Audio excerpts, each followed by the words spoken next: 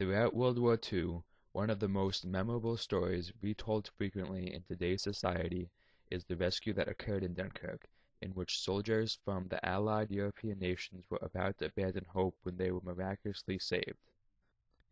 In 1940, Hitler and the German military, consisting of mostly Nazi soldiers, invaded France. Although France was able to force Germany out of the territory for a short amount of time, Germany had enough strength and resources to fight their way back into the French-controlled land. At the same time, Hitler's troops were also in the process of invading the Netherlands, Belgium, and Luxembourg. Allied troops were being depleted and supplies were very limited. The evacuation at Dunkirk, in which hundreds of thousands were saved, allowed the soldiers to fight another day, whether it was defending the home front of their designated countries or forcing Hitler's Nazi soldiers back into Germany where they belonged. The British, French, and United States, with some help from the Dutch, were able to collaborate in order to save the troops trapped at Dunkirk through the messages that were exchanged between national leaders, the leaders' personal relationships, and through the realization that Hitler was making a fatal mistake during his invasion. Before the miracle of Dunkirk ever occurred, Hitler was in the process of conquering multiple European nations, and Allied troops were thinly spread throughout Europe in order to protect these nations. During this period of time, the Allies were also trying to force Nazi troops back into Germany, but were not successful. Hitler's military was too powerful, and Allied troops were constantly retreating in order to escape imminent death. Life was chaotic, and war brought Europe into an era of destruction because they could not control the German, Italian, or Japanese forces. But as Allied troops on the French border attempted to hold the line against the Germans, the Nazis overpowered them and forced the Allies to retreat to a nearby port in Dunkirk.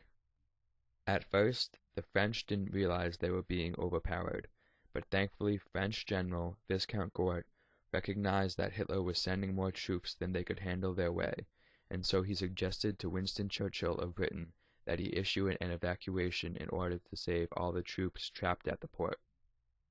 Churchill agreed and issued a command for all ships in the area to help with the operation. It was at this point in time where Winston Churchill renamed the evacuation Operation Dynamo.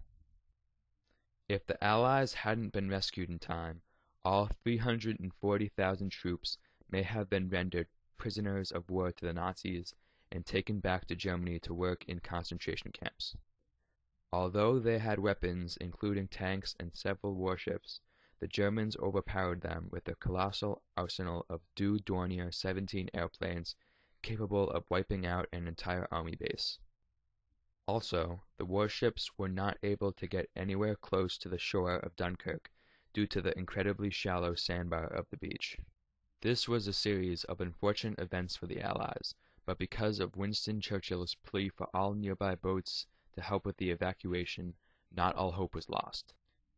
President Albert of France heard of this evacuation and sent Winston Churchill a telegram demanding that French troops be evacuated as well, along with the Dutch. At first, Winston Churchill had only planned to evacuate the British troops, but after this telegram and a variety of other messages regarding the safety of the soldiers from President Roosevelt of the United States, Churchill felt obligated to help rescue as many troops as possible, regardless of nationality.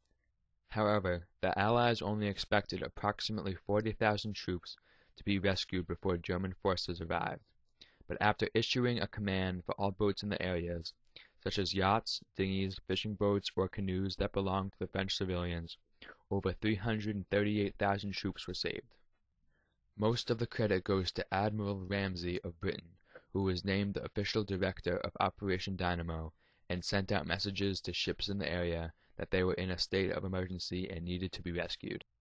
Luckily for the soldiers of Dunkirk, Hitler was taking a painstakingly long time to gather his troops. Hitler issued an order for tanks to approach the beach, but he wanted to wait for the troops on foot to catch up to the mobile tanks, so he ordered the tanks to halt. To Hitler's dismay, this allowed the Allied troops more time to evacuate. Although German airplanes still bombed the port that the troops were trapped in, the risk was not nearly as high with the tanks and troops not around. Unfortunately, the soldiers were forced to abandon all supplies, including 2,000 large-caliber guns, 60,000 vehicles, and almost the entire supply of ammunition and fuel. Everything was left behind, hoping the 40,000 soldiers that were not evacuated could use it to fight off the Nazis, but unfortunately almost all the troops who remained were captured and taken as prisoners. But due to the collaboration between Winston Churchill, his two loyal commanders, General Viscount Gort and Admiral Ramsay, as well as help from France and the United States, the Allies were able to successfully evacuate and save most of the soldiers from each of the three countries. There were many reasons that this evacuation at Dunkirk was successful. One of the major reasons was that Hitler made a fatal mistake by allowing the Allies a large window of time to evacuate. With all this time, they were easily able to get more ships than expected back to Britain, and the boats were able to return for multiple trips. Another major contribution to their success was support from the Allies. Winston Churchill was good friends with President Roosevelt, and President Roosevelt was a close ally of President Albert of France. So through these relationships, they were able to work together in order to evacuate. Many civilians in Dunkirk felt the need to help the cause, which is the main reason the evacuation was successful. Luckily, many more troops were rescued than expected because of the help provided by civilians in the area. Over time, the miracle at Dunkirk has become one of the world's most intriguing history topics. This was one of the few events in history where lives are actually saved instead of tragically lost, which is why some famous British government officials declared it a miracle shortly after it happened. In fact, the miracle of Dunkirk had another name, which was Spirit of Dunkirk, that was used as a propaganda tool around Britain to help build military morale. Some find it incredible that the ships were able to make it back to Britain before being attacked by Hitler, one of the most powerful, infamous dictators in history. Some argue that Hitler purposely didn't force an attack on the troops, because if he did, it would potentially ruin all hope of a future alliance with Britain. But another reason this evacuation became so famous is because of the civilians with boats who provided help to rescue the 338,000 soldiers. They passed on their stories to the next generation about how they were involved in the evacuation, which is why today's society looks at the miracle of Dunkirk as one of the most remarkable military feats in history. This operation at Dunkirk had a significant impact on the world. It helped boost wartime morale because of all the support given to soldiers by civilians who were not originally involved, and it made people believe that miracles in war can happen.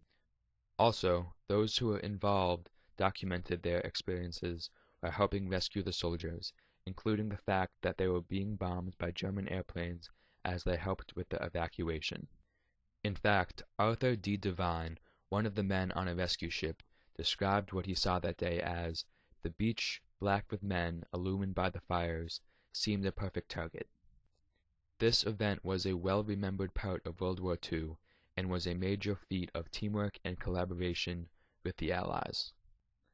The British, French, and the Americans were able to collaborate in order to save the lives of thousands of soldiers who were trapped in Dunkirk through open communication between national leaders, the leaders' personal relationships, and through the opportunity that appeared when Hitler made a major mistake. In reality, the civilians should be thanked for the services of evacuating the soldiers, because they put their lives on the line to help the cause when they really didn't have to. The miracle of Dunkirk and Operation Dynamo will always be remembered as a famous event in history, where lives were saved in order for troops to fight another day against Hitler's machinations. World War II veterans commemorate the miracle of Dunkirk as one of the most amazing military accomplishments of all time, which is why it will remain a well-known and respected part of history.